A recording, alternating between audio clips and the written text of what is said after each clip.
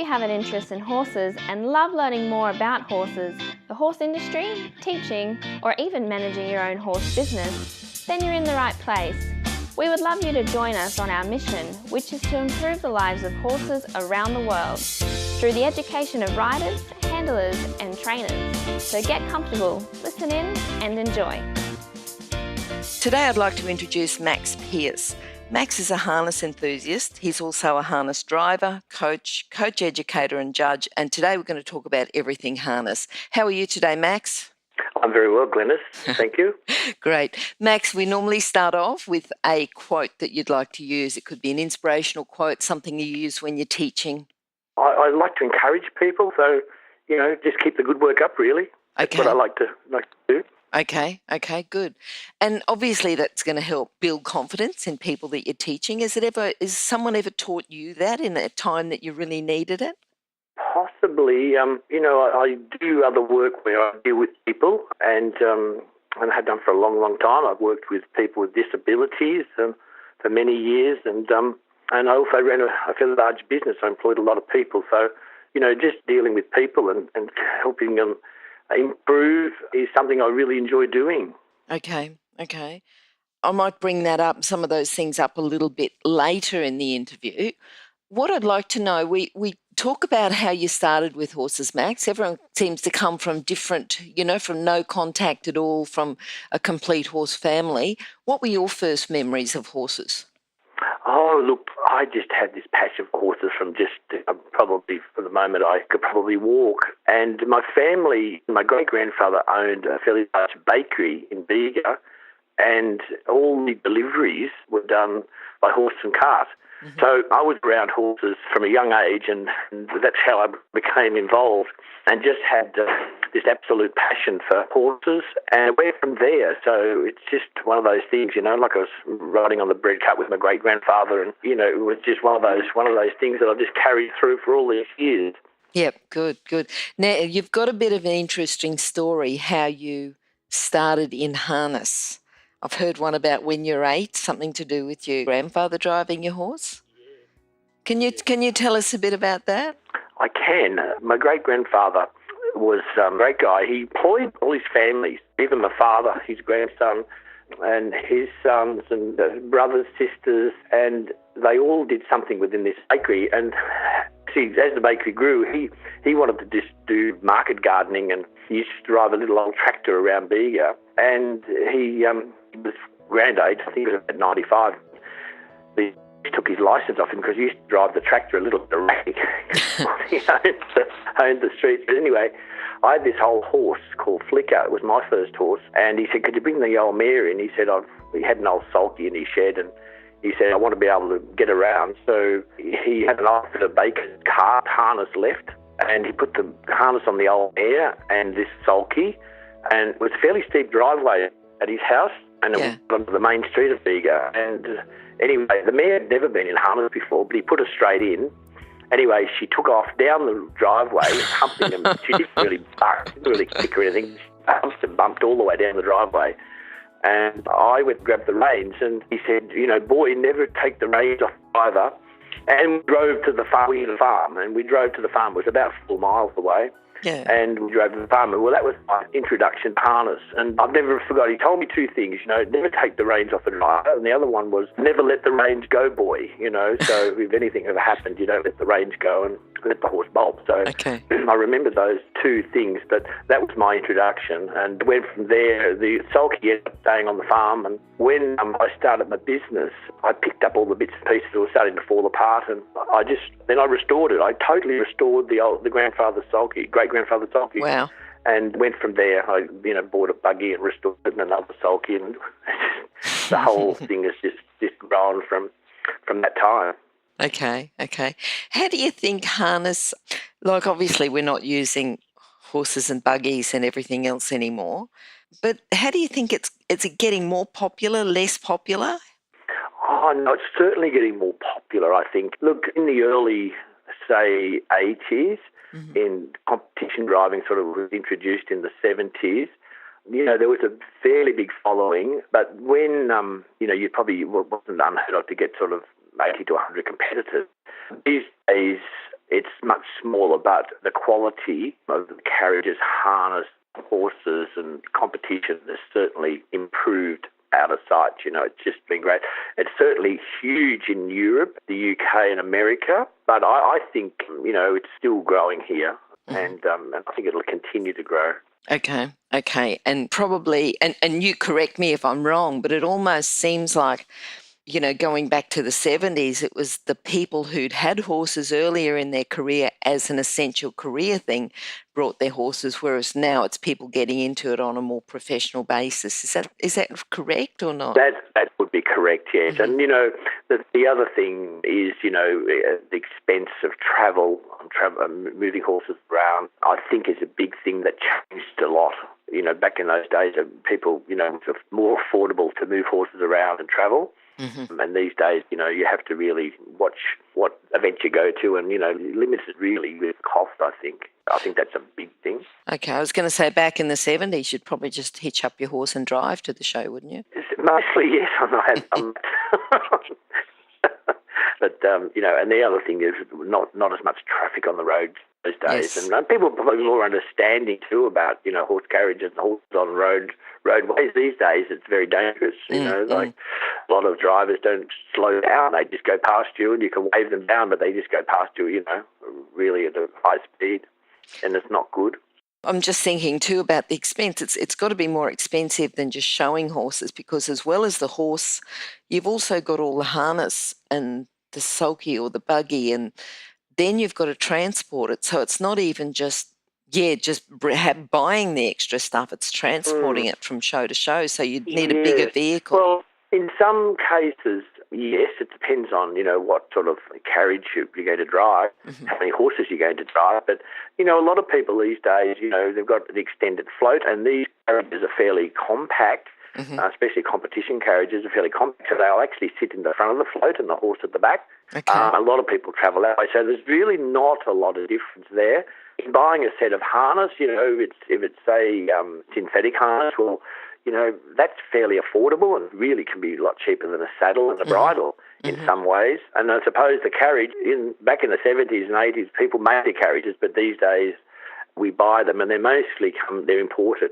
So, you can really probably set yourself up for, if you want a two-wheel sulky that may be compliant for competition for $2,500, and it goes up from there. Some of the really top competition carriages, you could be spending $20,000, $30,000. So it just depends where you want to start and what you want to do, but reasonably affordable, I think, to get into carriage driving.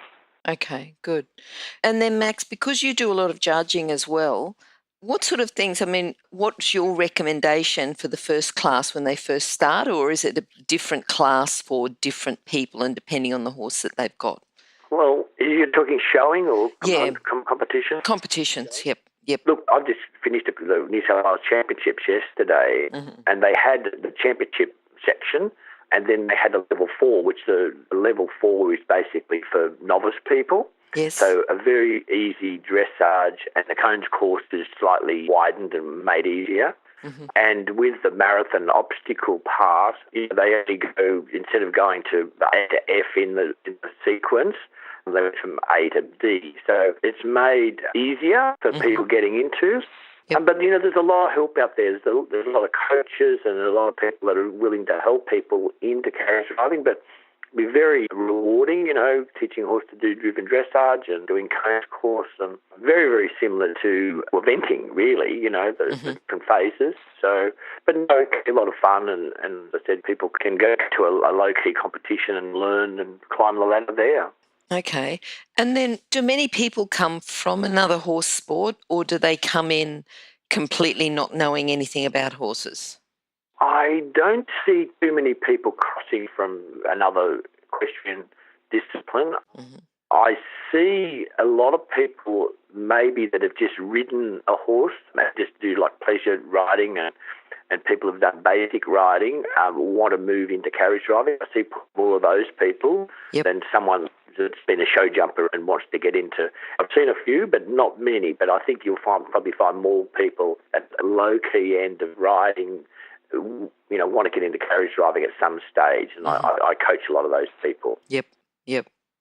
All right. What do you think the character type or the skills that they need just to get into it, just to get started? Firstly, the safety is the big thing, and I find that, some people just don't understand the safety side of carriage driving. Yep. Because, a horse that's gotten loose or bolted or whatever with a carriage on can be quite a lethal weapon, and people can get hurt, horses can get hurt really, really easily. So safety is a big thing.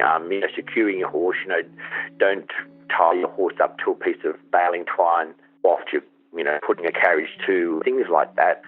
Don't pull the winkers off with a carriage on behind the horse. So there's a sequence of being able to harness up and unharness properly, how to actually get into the carriage properly and hold the reins. And then the other thing really is the contact. Contact is different than riding, because when you ride a horse, you've got your seat and you've got your legs, and the contact is different with a horse. With the Pearce horse, all you have is your reins. So to balance the horse, you really use an outside rein to balance your horse. You don't drop your outside rein. So there's a lot of control there. And it's just a nice contact. It's not a heavy contact, but it's not feather-light cotton. People say, horse is going really so light, and I always think, there's going to be a problem here, because, if anything happens, there's no control. Okay, so lightness doesn't necessarily mean good. Lightness just means no contact. Yep. No contact, you really need to use the right contact with the carriage horse, because they need to be balanced. You need to be able to keep the horse balanced, especially when turning.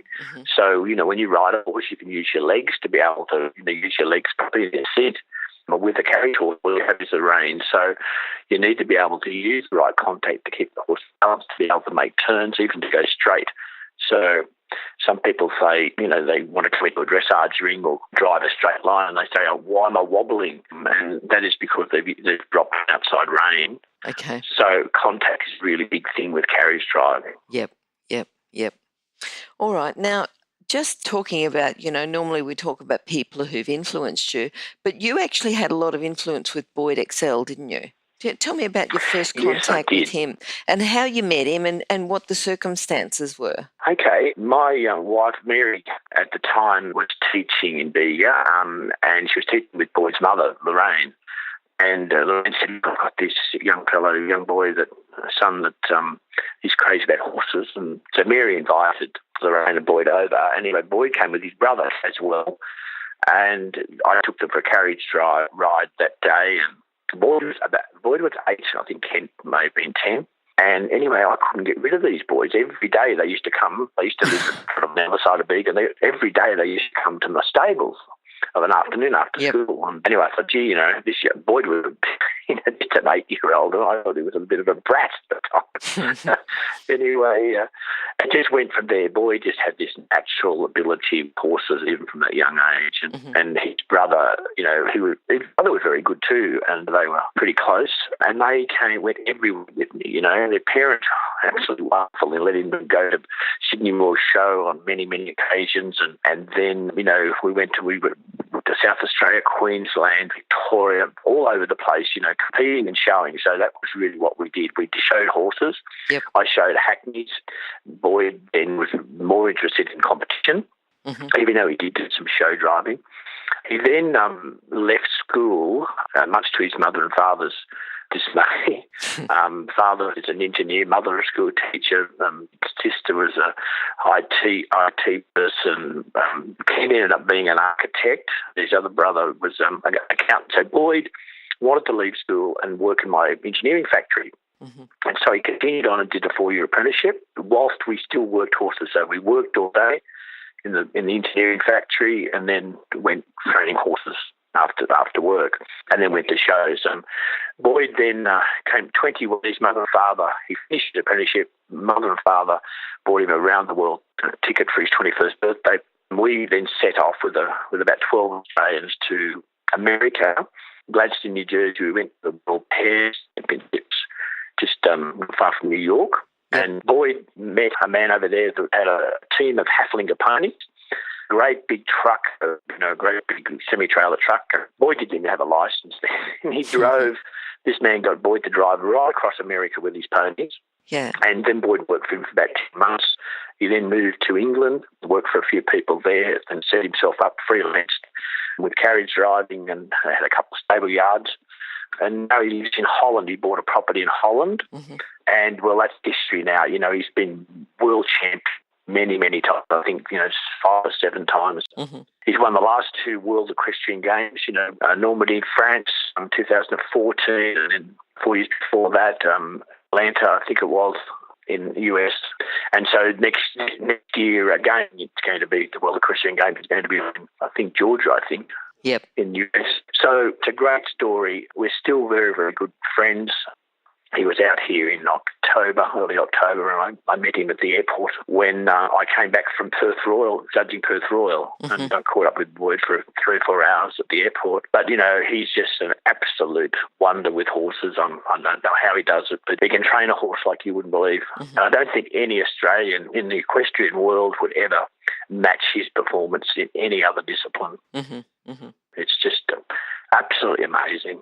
It's wonderful that you gave him the opportunity, because small things like that can change people's lives. So it was great that you gave him it. And it sounds to me like you didn't really leave school to work in the engineering shop. He actually left school for what you were doing after school, after you finished work. I think so, yeah. It was funny, years later, when he was still at school, he used to sneak across to my stable yard with his brother.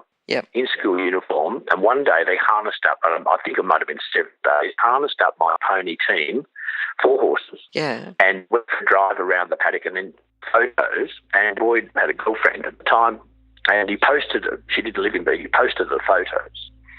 And anyway, years later he came out, he was based in England, he came out and he ran a school at Yass in New South Wales. Anyway, this girl turned up and she showed me a photo of my pony team with Boyd sitting up in his uniform, his brother on the back. And I said, those are the things he used to get up to behind the back, but he had this natural ability, and he probably was, I don't know how old he was, he's probably 12, I suppose. Here he is driving a pony behind the back because he thought I'd go crook. It's funny. It was amazing. I saw that photo. I said, it was just incredible, So even to know at what that he's up age, to behind the back. So what skills did you see in Boyd that, that cheekiness, that confidence, I suppose, but what skills did you see in him that you can recognise now? Oh, that's why he's a world champion. That's why he's done and excelled and done everything that he's done. What things has he had that no one else has had? I just think he's got this natural ability, not just only with horses, but everything in life. He can speak to someone and talk about a particular subject, It's really hard to explain exactly, but he's just got this natural ability, and without being big-headed, he doesn't ever talk about people, when you're with him, you're having to mention something and you'll change the subject and just keep on talking naturally about things. So, he's just such a sportsman in his own right, and being able to just be just so natural, the thing with horses and people. Okay. Tell me about your proudest moment with horses.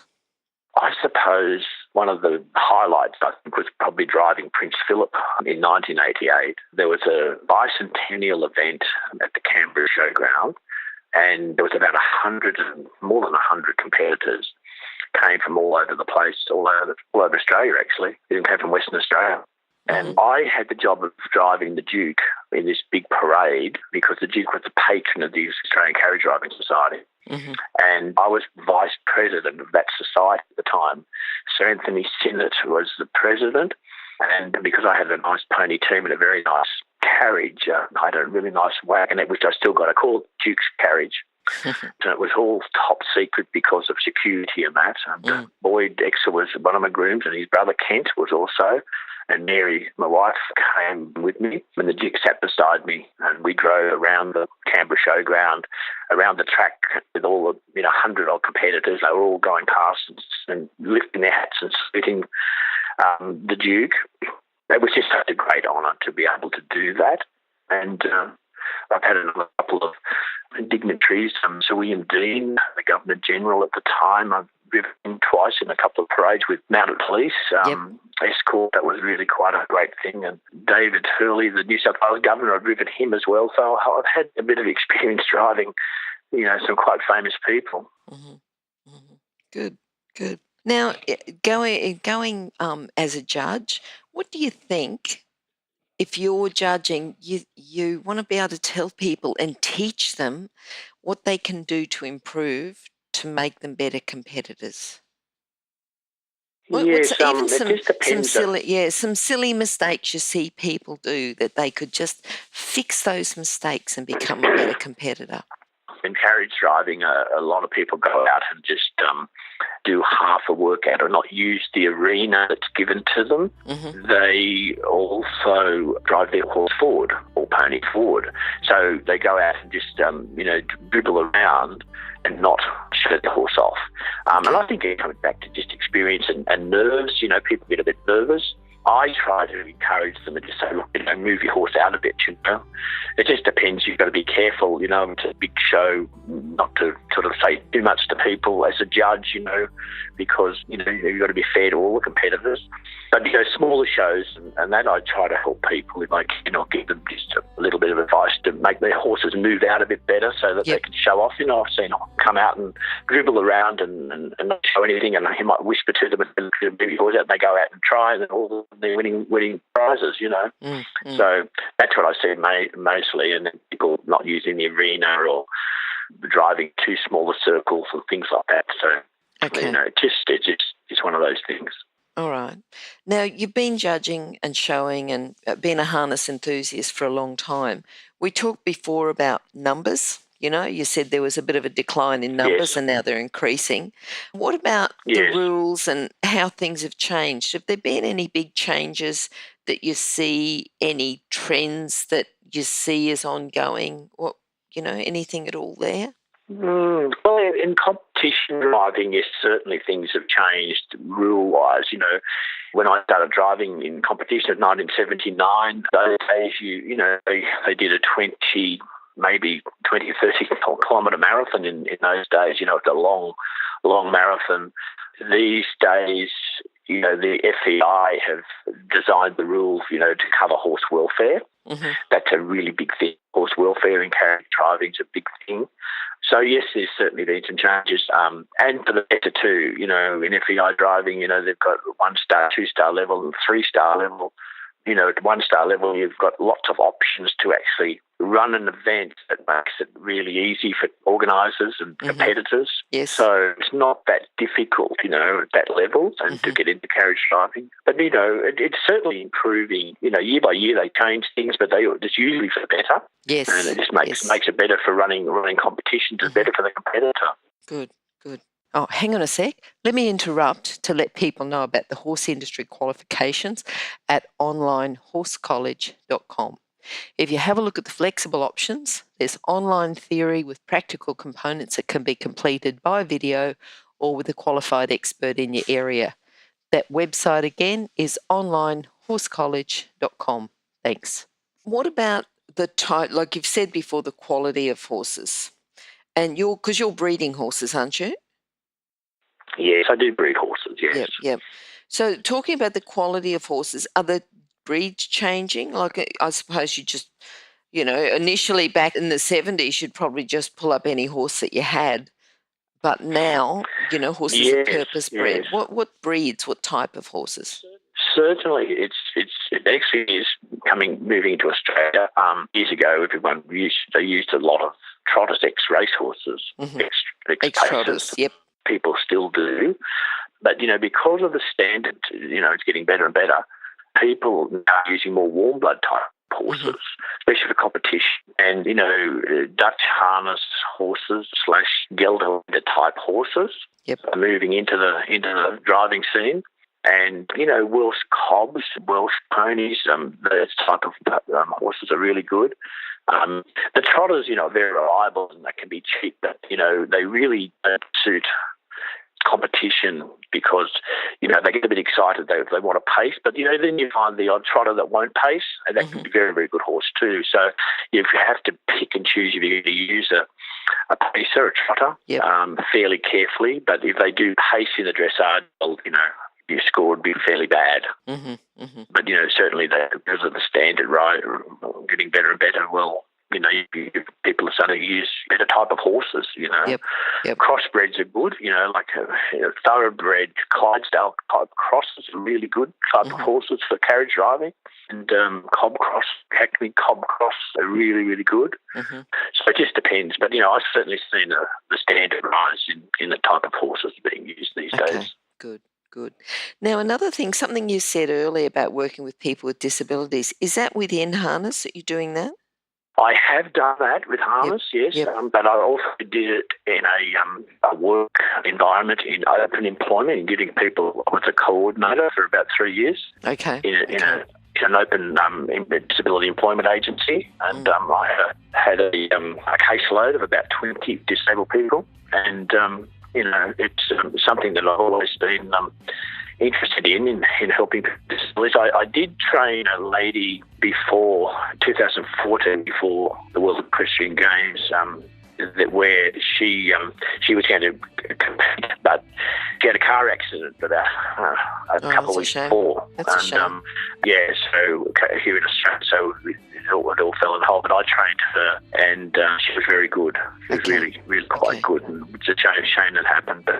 But the odd disabled person to come here from time to time. Yes. Good. Now, have you got a book that you can recommend for our listeners? A book? Oh, look, there's so many books out there. There's so many books. It just depends. I think the best thing would be to go online these days and just, Google search carriage driving. And there's lots of different books available. There's also DVDs available. But, there's a series of heaps and heaps of information out there if you really wanted to search it. Okay, will do. All right, now, Max, what are you looking forward to? What does your future hold? I'm just going to continue on with carriage driving and breeding here with my horses. I breed English Hackneys. I have done for a long, long time. I've got 3 stallions here, and they're endangered these days. There's not many left even in Australia, but in the world there's not many of them left. So I'll continue doing that, and I'll continue with my carriage driving competition work and coaching.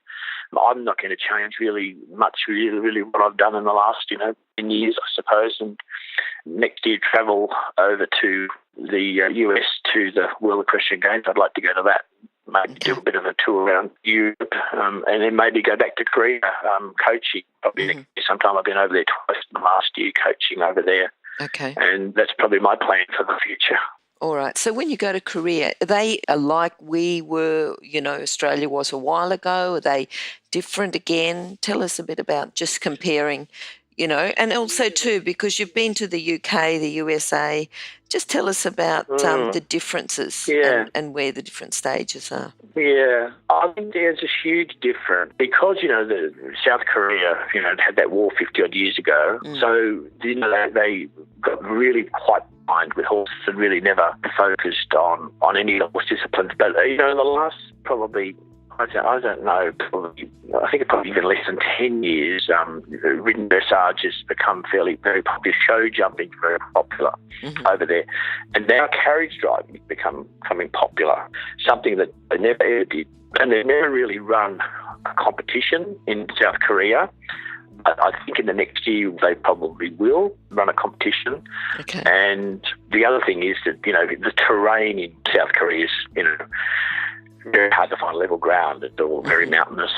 Not mountains, but very, just low mountains that really continually right way through.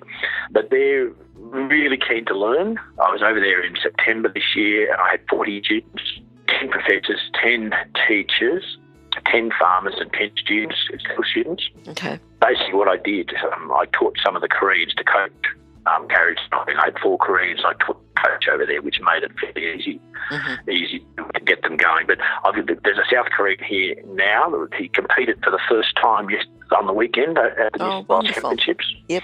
He competed with one of my horses, and he got a 2nd overall in the level 4, which he was very chuffed with.